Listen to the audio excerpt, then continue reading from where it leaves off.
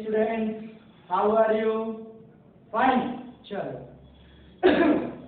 मैं भी यही ईश्वर से कामना करता हूँ कि आप सभी घर पे हेल्दी एंड हैप्पी होंगे। तो स्टूडेंट्स, हमारा क्लास 10th में मैथमेटिक्स में जो चैप्टर चल रहा है, chapter 3 polynomial. In this chapter we discuss about the polynomial, definition of polynomial. After that, quadratic polynomial, zeros of quadratic polynomial and relation between zeros and coefficient of a quadratic polynomial, and solve exercise 3.1 and 3.2. In the exercise 3.2 we learn about the division algorithm. Division algorithm पढ़ लिया था। फिर अब जो अपना अगला topic है वो है क्वाड्रेटिक इक्वेशन। क्या टॉपिक है? Quadratic equation.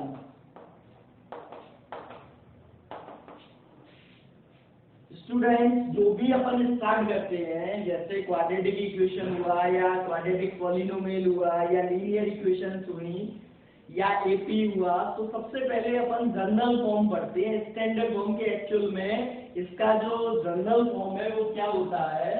तो क्वाड्रेटिक इक्वेशन होती क्या है? General form. जनरल फॉर्म होती है इसकी ax square plus bx plus c equal to 0, where a is not equal to 0। केवल क्या कंडीशन है कि a जो है कोफिशिएंट ऑफ x स्क्वायर 0 नहीं होना चाहिए, because if a equal to 0 then 0 multiply x square also 0, so it is remaining bx plus c, means linear equations बचेगी, quadratic equation नहीं होगी। तो पहली कंडीशन क्या हो गई क्वाड्रेटिक इक्वेशन के लिए कि क्वाड्रेटिक इक्वेशन में एक्स स्क्वायर वाली टर्म मस्ट है, यानी एक्स स्क्वायर वाली टर्म होनी चाहिए, तो उसको अपन क्वाड्रेटिक इक्वेशन बोलेंगे। अब क्वाड्रेटिक पॉलिनोमियल में मैंने बताया था कि each quadratic polynomial have two zeros.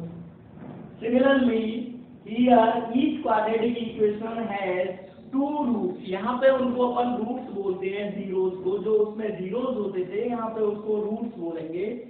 Two roots, वहां पे अल्फा बीटा बोलते थे, यहाँ पे भी यदि अपन अल्फा बीटा बोल सकते हैं, लेकिन टू रूट्स होते हैं। अब ये जो रूट्स हैं वो डिपेंड करते हैं क्वाड्रेटिक इक्वेशन के इन कोएफिशिएंट्स पे कि रूट्स कैसे होंगे, रियल होंगे, इक्वल होंगे, अनइक्वल होंगे। ठीक है ना भाई?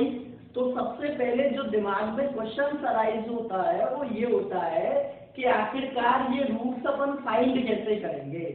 How can we find the solution? Roots को अपन सॉल्यूशन भी बोल सकते हैं, solution of a quadratic equation. तो how can we find roots of quadratic equation? तो there are 3 method in our syllabus. First है फैक्टराइजेशन।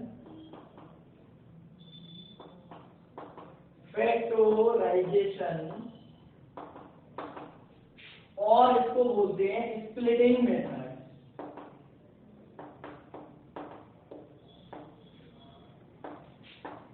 इसमें अपन मिडिल टर्म को स्प्लिट करते हैं 2 टर्म्स में, और फिर उसके फैक्टराइजेशन के करके अपन जीरोस फाइंड करते हैं या रूट्स फाइंड करते हैं। सेकंड है बाय कंप्लीटिंग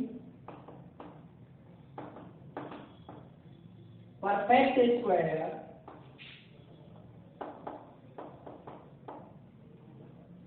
और थर्ड है बाय क्वाड्रेटिक फॉर्मूला।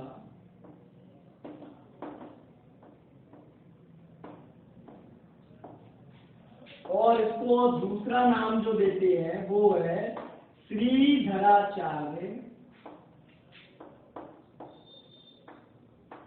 मेथड या सूत्र। ठीक है ना भाई? There are 3 methods for finding roots of a quadratic equation in our syllabus. In this chapter we discuss each factorization, completing and quadratic formula. तीनों को ही डिस्कस करेंगे 1 by 1।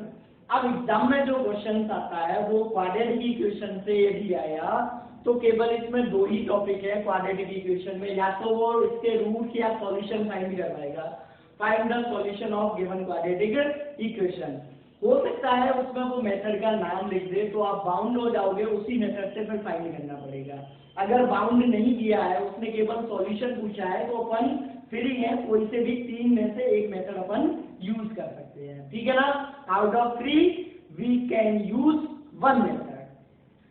सेकंड जो टॉपिक है जिसपे क्वेश्चन आता है या एग्जाम में आ सकता है, वो है नेचर ऑफ रूट। क्या? Nature of root. वो अपन बाद में डिस्कस करेंगे, पहले थोड़ा सा अपन देखें। तो ये जो ax² + bx + c = 0, जैसे अपन लीनियर इक्वेशन का ग्राफ बनाते हैं, लीनियर इक्वेशन जैसे मान लो x + y = 5 है, तो अपन क्या करते थे, इसका ग्राफ बनाते थे। ग्राफ पेपर पे कैसे शो करते थे, एक टेबल बनाते थे x y, और x = 1 है तो y = 4 हो गया, x = 2 है तो y = 3 हो गया, x = 3 है y = 2 हो गया। इस टाइप से एक टेबल बनाते थे, और ये जो पॉइंट आए 1, 4, 2, 3, 3, 2, इनको इस तरीके से ग्राफ पेपर पे प्लॉट करते थे। 1, 4, 2, 3, 3, 2, और इनको ऐसे ज्वाइन करते हुए अपन लाइन बना देते थे। तो लाइन की ग्राफ आती थी x + y = 5, इसकी ग्राफ आ गई थी। तो इसी तरीके से यदि अपन इस क्वाड्रेटिक इक्वेशन का ग्राफ बनाए, क्या क्वाड्रेटिक इक्वेशन का ग्राफ बनाए, कैसे बनाए? जैसे सपोज करो इक्वेशन दे रखी है y = x² + 2x + 1। अब इसमें अपन x = इसको क्वाड्रेटिक इक्वेशन दे रखी है, इसको y के इक्वल मान लिया अपन ने। अब इसमें अपन ने क्या किया, x = 1 पुट किया, x = 1, तो 1 का स्क्वायर 2 + 1, तो कितना आ जाएगा, 4 आ जाएगी y की वैल्यू। कितनी आ जाएगी? तो एक पॉइंट आ गया अपने पास 1, 4, फिर 2 पुट किया, x = 2, तो 2 का 4 हो गया बेटा, ये 4 हो गया +1, तो ये अपना 9 आ गया। तो एक पॉइंट आ गया अपना 2, 9, एक आ गया 1, 4। इस टाइप से अपन 3 और 4 पॉइंट फाइंड करके उनको फ्री एंड से ज्वाइन करते हैं। कैसे ज्वाइन करते हैं? फ्री एंड से। इस तरीके से हमें इसका ग्राफ मिलता है। क्या मिलता है बेटा? ग्राफ। तो ग्राफ की पोजीशन देखो किस टाइप से हो सकती है। इसके ग्राफ की पोजीशन ऐसे हो सकती है, एक यू टाइप का आता है जिसे अपन पैराबोला बोलते हैं। क्या बोलते हैं बेटा? पैराबोला। तो इसका जो ग्राफ आता है वो पैराबोलिक आता है। कैसा आता है? पैराबोलिक। यहाँ पे ये जो एक्स एक्सिस को कट कर रहा है, यही इसके रूट्स बोले जाते हैं। क्या बोले जाते हैं? रूट। इन दिस पॉइंट मान लो ये x = a1 है और ये x = a2 है, तो a1 और a2 रखने पे y की वैल्यू यहाँ पे 0 है। ये पॉइंट a1, 0 हो गया, ये पॉइंट a2, 0 हो गया। तो यही इनके रूट्स बोले जाते हैं।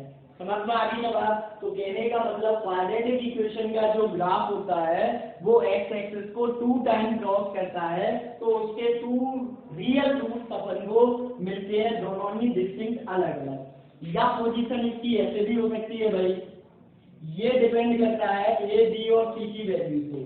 तो ये इसको केवल टच करके जा रहा है, तो इसका मतलब दोनों a1 और a2 दोनों इक्वल है। यहाँ पे तो a1 और a2 दोनों कैसे थे? डिफरेंट थे। यहाँ पे a1 और a2 दोनों कैसे हैं? इक्वल। लेकिन इस पॉइंट पे a1, 0, a2, 0 दोनों रूट्स कैसे होंगे? इक्वल होंगे। क्लियर? या पोजीशन इसकी ऐसे भी आ सकती है। अब यहाँ पे अपन देखते हैं तो एक्स एक्सिस को कट ही नहीं कर रहा है। जब एक्स एक्सिस को कैंसिल आउट नहीं कर रहा, तो इसका मतलब एक्स की कोई वैल्यू नहीं है कि ये 0 हो जाए। तो इस कंडीशन में no real root, no real root. इस कंडीशन में 2 real and equal root, equal root. इस कंडीशन में 2 real and distinct root, distinct root दोनों अलग अलग हैं।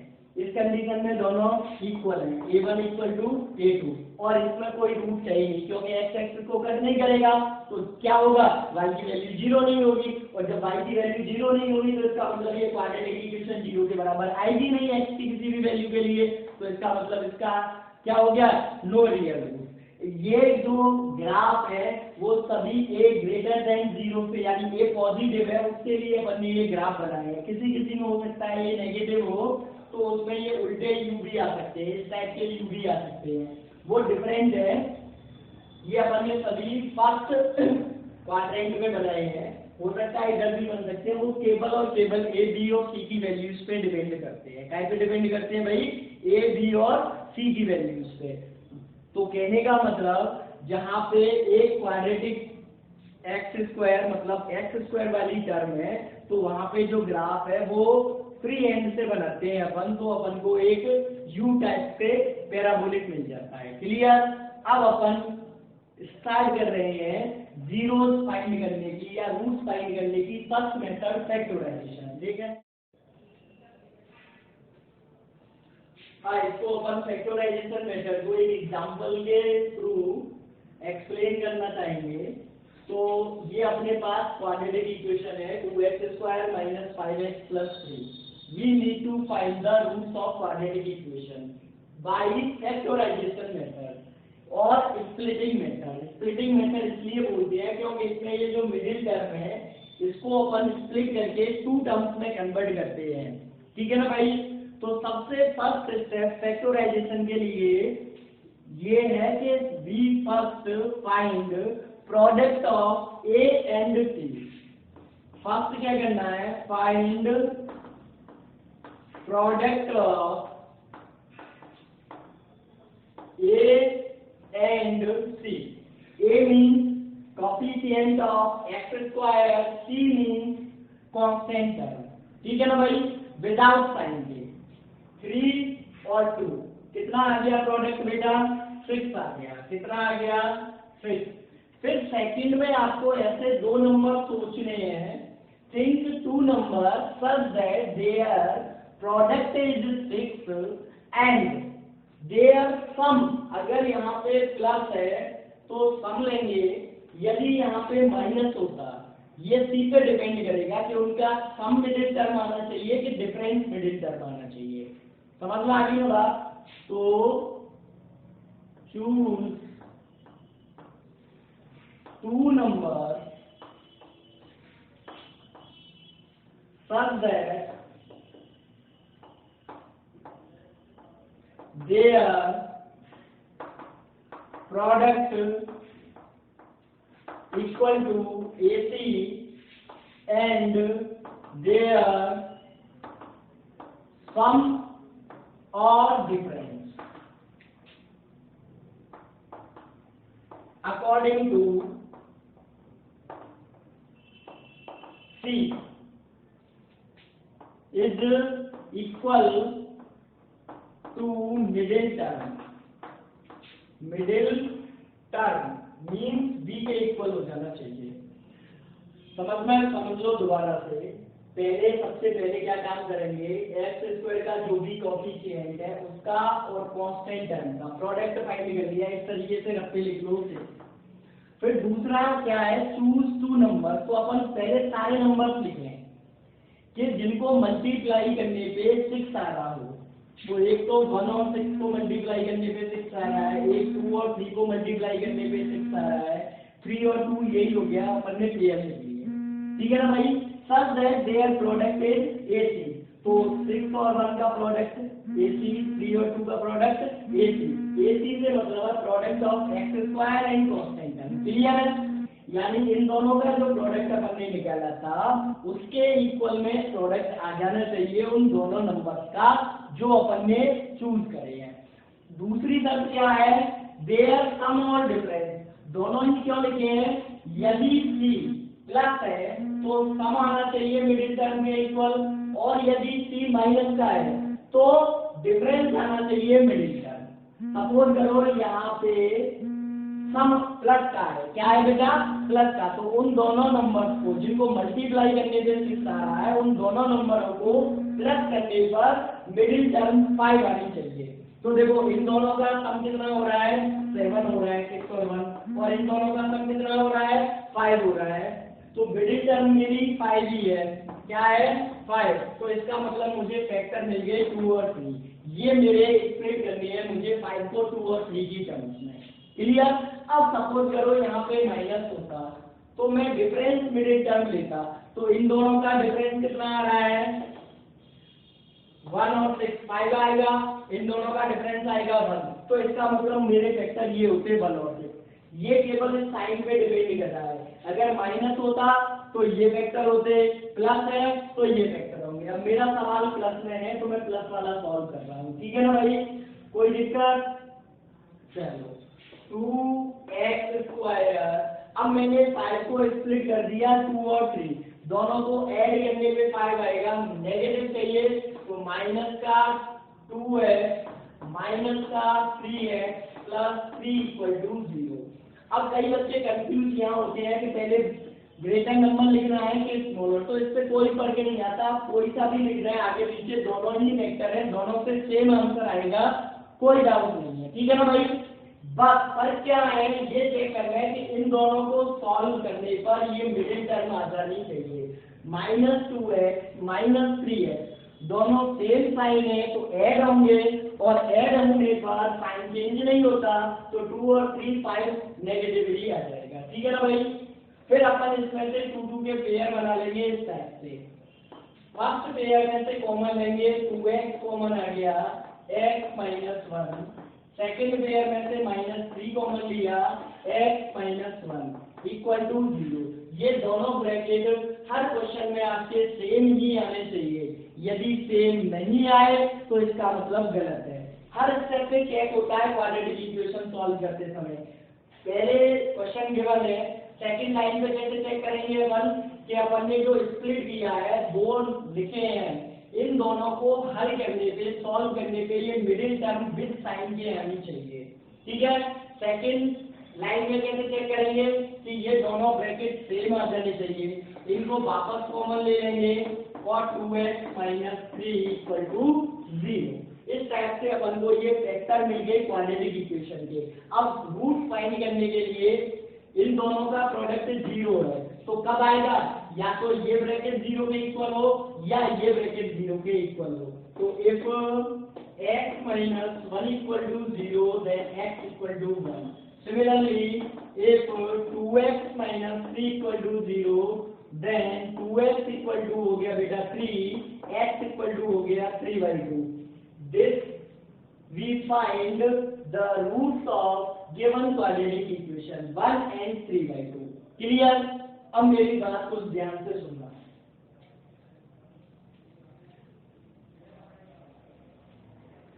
मोस्टली क्वेश्चंस में अपन को जो a है वो पॉजिटिव दे रखा होगा, अगर नहीं दे रखा है तो अपन साइन चेंज करके उसको पॉजिटिव बना दें। कैसे साइन चेंज करते हैं, उसको पूरी इक्वेशन को -1 से मल्टीप्लाई कर दो या ट्रांसपोज कर दो, कैसे भी कहने का मतलब वो a पॉजिटिव बना लो। तो सबसे पहले ये आपको नोट कर लेना रफ्ते अलग से, a कैसा है पॉजिटिव, ठीक है ना भाई। अब b और c, जब a पॉजिटिव है तब b और c कैसे हैं। अगर सपोज करो b नेगेटिव है, कैसा है नेगेटिव, और c पॉजिटिव है, जैसा कि इसमें b नेगेटिव है और c पॉजिटिव है, तो दोनों जो रूट्स आए वो कैसे आए पॉजिटिव आए। तो रूट्स कैसे आएंगे, सेम साइन के आएंगे, सेम साइन और पॉजिटिव आएंगे। कैसे आएंगे बेटा पॉजिटिव। फिर a पॉजिटिव है, b पॉजिटिव है और c भी पॉजिटिव है, यानी तीनों ही पॉजिटिव है, तब भी जो रूट्स हैं वो सेम साइन के आएंगे लेकिन नेगेटिव आएंगे। दोनों ही x = -1 x = -3/2 इस टाइप के आएंगे, दोनों ही आएंगे सेम आएंगे सेम साइन के, दोनों नेगेटिव आएंगे या दोनों पॉजिटिव। कब, जब c पॉजिटिव है, ये c पे डिपेंड कर रहा है। फिर our quadratic equation has constant term as positive then the roots have same sign, या तो पॉजिटिव होंगे या नेगेटिव होंगे। ये किस पर डिपेंड करता है, पॉजिटिव नेगेटिव होना ये बी पे डिपेंड करेगा। पॉजिटिव कब होंगे, जब बी नेगेटिव होगा, और नेगेटिव कब होंगे, जब बी पॉजिटिव होगा। थर्ड कंडीशन, ए पॉजिटिव बी नेगेटिव और सी बी नेगेटिव, ठीक है ना भाई। तो नेगेटिव होने पे दोनों रूट्स जो है वो डिफरेंट साइन के आएंगे। कैसे आएंगे, डिफरेंट साइन। डिफरेंट साइन से मतलब एक प्लस का आएगा तो एक माइनस का आएगा, सी नेगेटिव होने के कारण। अब कौन सा प्लस का आएगा, कौन सा माइनस का आएगा, तो न्यूमेरिकली ग्रेटर जो है, ग्रेटर पॉजिटिव आएगा और स्मॉलर नेगेटिव आएगा, स्मॉलर नेगेटिव आएगा। क्लियर। फिर आता है ए पॉजिटिव बी पॉजिटिव और सी नेगेटिव। तो इसमें भी ग्रेटर जो है वो नेगेटिव हो जाएगा और स्मॉलर जो है वो पॉजिटिव हो जाएगा। ये साइन ए बी सी पे डिपेंड करेंगे कि अपने रूट कैसे आएंगे। तो इसके द्वारा भी अपन चेक कर सकते हैं। जैसे मेरा बी नेगेटिव सी पॉजिटिव, बी नेगेटिव सी पॉजिटिव, तो सेम साइन पे आए हैं और पॉजिटिव आए हैं। दोनों x = 1 x = 3/2, दोनों ही रूट कैसे आए हैं, पॉजिटिव आए हैं। ठीक है ना भाई। अब नेक्स्ट वीडियोस में अपन इसी फैक्टराइजेशन को आगे कंटिन्यू करेंगे और इस पे कुछ अलग टाइप के एग्जांपल सॉल्व करेंगे। ठीक है ना भाई। जब तक के लिए आप ये वीडियो देखिए, इसको शेयर करें और ये जो है इसको याद करके लर्न करके समझने की, अंडरस्टैंडिंग करने की कोशिश करें। ठीक है। आगे और मैं जब एग्जांपल कराऊंगा तो इसको फिर एक्सप्लेन करूंगा। जब तक के लिए धन्यवाद।